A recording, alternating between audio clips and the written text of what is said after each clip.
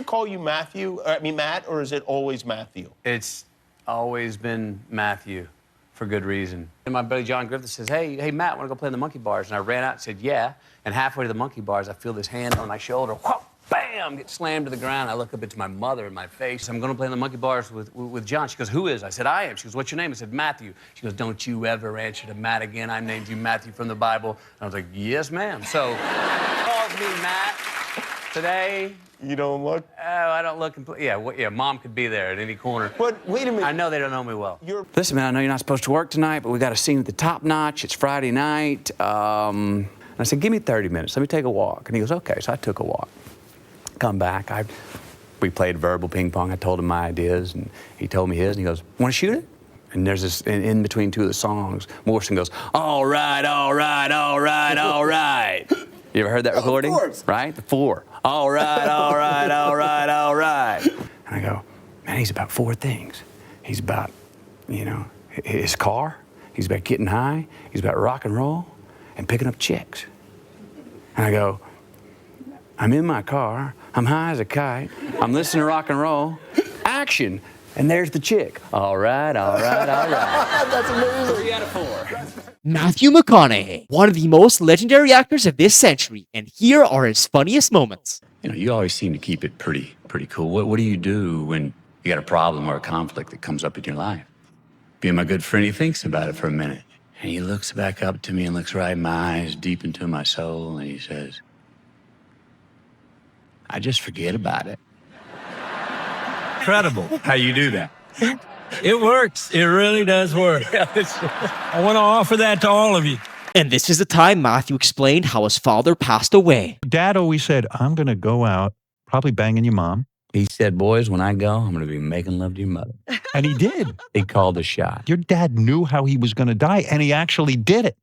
Did he have a heart attack? Had a heart fibrillation, yeah. The paramedics are covering him, and all the neighbors are out in the street. And he's going out the garage down. So, you know, what's the sensible thing to do at 7 a.m.? Cover him. Right. My mom's out there, half naked, ripping the sheet off him. Get that sheet off of him. You're going to see how big Jim went out. I hope he had a boner at that point.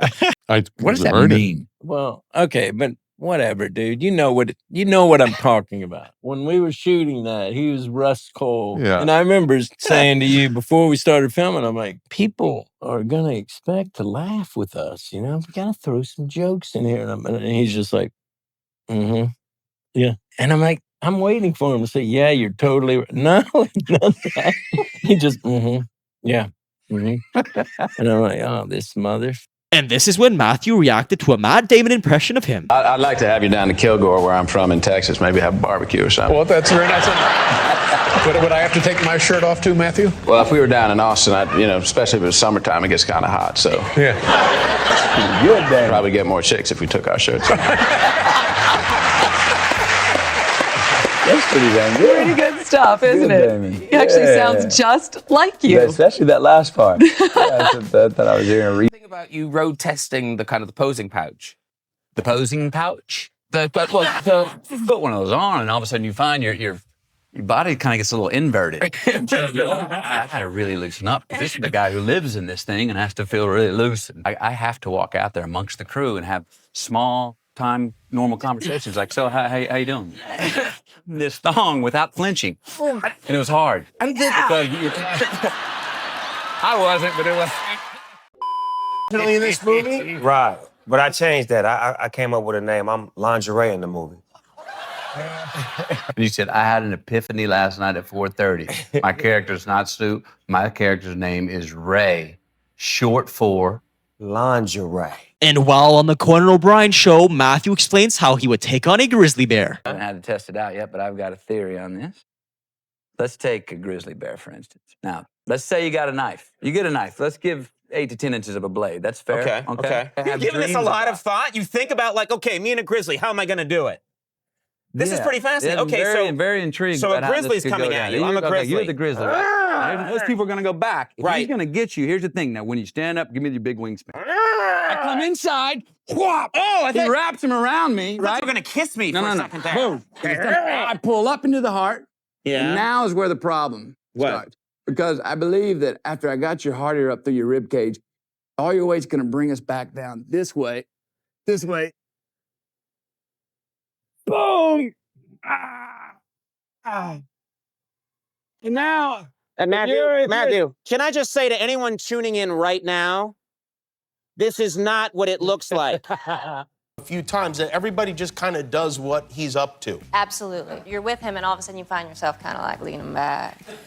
You lean back, you talk, you maybe don't enunciate as much, but sometimes you do. You enunciate intentionally. I just think it's fun when you get to the point where you spend enough time with him, you know how to riff as him. Give me a topic. Okay, let's see. I can't think of any topics. Okay, This is football. what happens. Football. Oh, Yeah. football. Football. I like it. I like the Tennessee Titans. I like the Patriots. God bless America. Before a game, sit down, play a little ball, maybe break a sweat first, have the kids, children, family, intentions. Intentionality with the football, passing it down the line. It's a great game, great invitation to the world. I feel like I'm in the backseat of a Lincoln right now. Yes, good. Oh, thanks. And while on a podcast, he decided to see one of his first ever movie trailers. That when people watch the trailer for Tiptoes, The first time you see it, you're like, what the is happening? I'm Ralph. I'm his brother. We're twins. Are your parents, Yeah. It can tear them apart. I think you're gonna let me know that everyone in your family's a midget. They're not midgets, they're dwarfs. Whatever. Wait, the trailer's so good. I've never seen the trailer. This is so good. Just get really serious. Patricia Arquette, and in the role of a lifetime, Roll! John Goldman!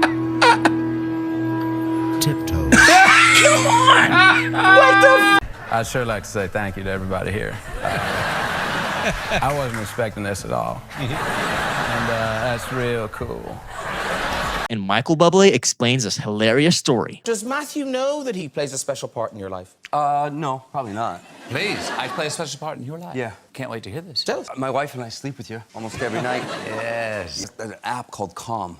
I turn it on, and I just hear, well, hello, everybody. It's me, Matthew McConaughey. I'm gonna tell you a bedtime story. And the truth about it is my wife, who's from Argentina, she always goes like, you have the man talking again. The man is talking in the bed again, Mike. Which just might rekindle that sense of wonder. Wake up. McConaughey. Oh. Matt Damon does it with Matthew McConaughey. Let's hear yours. I don't think I'm in the pantheon of Matt Damon. Let's see. Let's try it. All right. I see a lot of lovely ladies in the house tonight. I like that. How you doing, Mr. Letterman? Yeah, I'm doing fine. Doing Thank all you. right now? Yes, I'm doing just fine. And now it's getting creepy. mighty Okay, dapper it's a suit little over there, creepy. Mr. All right, stop it. First of all, here's what happened. I was talking to my hero, who is me in 10 years. He said, Matthew, you're gonna host the Academy Awards. What I didn't realize was I was talking to myself in 6 years. And what I was actually saying is 10 years ago, you're gonna win an Academy Award. So 4 years ago, my name was in the envelope. So now I don't know who I'm talking to. Old BMX bike, and we couldn't afford a BMX bike. Now, my middle brother had been wanting a BMX motorcycle, but we couldn't afford it. You know, Jim, my son, he could pee over your head on the wall. And he goes, oh, there's no way he can do that. And he goes, yeah, you can. I'll bet you. I'll bet the motorbike on it. And the guy, Pop gets in the car, drives an hour and a half back into town, wakes my 12-year-old brother up, and the kid, you got to pee, right? Then my dad says, no. Put Jim up against the wall. Jim marks the mark at 6'6", and my dad says, go ahead, boy. You get the CRX 100 in the back of the truck, got home, my brother's first motorcycle. Mother, I know she likes to visit you on sets. Did she visit you on this set? Yes, she did. She comes to me and says, who's the person on set that can make it happen? Who's the one with the money? And I'll go like, that guy. And I've learned to send her to the wrong people sometimes. But even then, her pitch is this: remake of The Graduate. What? What's so funny? No, it's a great idea. Look, I'm the Anne Bancroft character. Matthew is the Dustin Hoffman character. And what does everyone right away say? Wait a minute, that's pretty bent. And she's immediately like, oh, knock it off. I've seen it before. It's not that big of a deal. All right. Right. I'll tell you what, if I win that Oscar this year, I'm gonna go over to Sochi, talk to that president they have over there, and Me and him are going to take our shirts off. And these impressions are just hilarious. Out of the water pops Matthew. No shirt, full gear, spits out like the regulator, and he's like, come on, Hudson, let's go, baby. He's like, babe, babe. It's like 1969 down there, baby. It's Woodstock, man. Not all right thing anymore, because it's like everyone can do it. That's right. But what you got to do is throw in a little Texas whistle in there with those S's.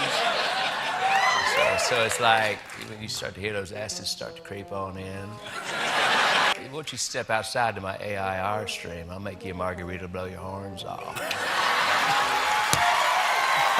Say, Mr. Soderbergh, it's about time to take my shirt off. Matthew McConaughey! That's all right. You got That was really good. Matt Damon, who you know does the best Matthew McConaughey impression on Earth. Yeah, I'm doing an impression of Matt Damon doing it. Movie with McConaughey, and I played his brother, and when I was auditioning, if you hear his accent, you can't help but do it.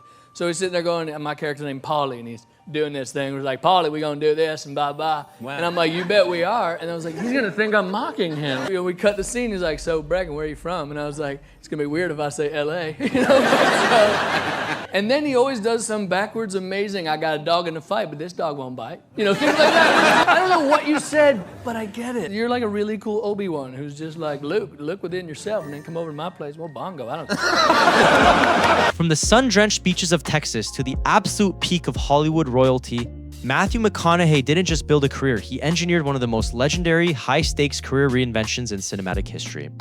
Growing up in a rowdy, fiercely independent household in Uvalde, Texas, he possessed an effortless, swaggering magnetism and a wild streak that initially pointed him toward a life of law before a fateful late-night read of The Greatest Salesman in the World completely altered his destiny, steering him straight into the halls of film school.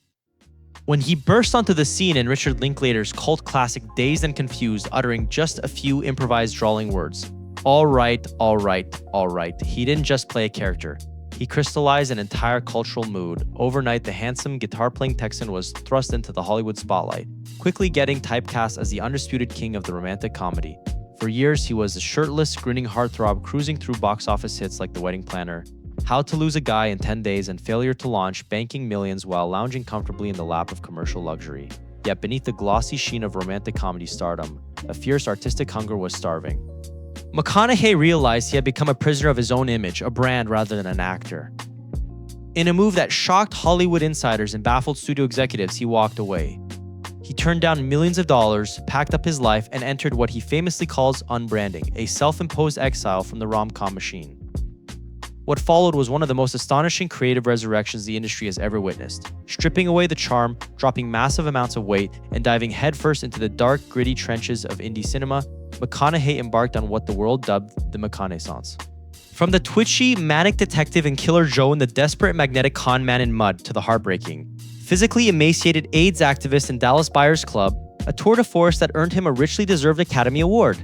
He proved he possessed a towering, world-class dramatic range. He didn't stop there. He anchored Christopher Nolan's mind-bending, cosmic epic Interstellar, delivered a haunting philosophical masterpiece as Rust Coley in the first season of True Detective, and established the Just Keep Livin' Foundation to mentor at-risk youth, eventually even returning to his roots as a professor at the University of Texas. Today, Matthew McConaughey stands as an absolute titan of modern cinema and a modern-day philosopher of cool. He proved that no matter how comfortably the world has defined you, you always have the power to tear down the script, trust your gut, and reinvent your entire destiny. One right at a time. If you've enjoyed this video and want to see more, feel free to like, hype, and subscribe. Thanks for watching.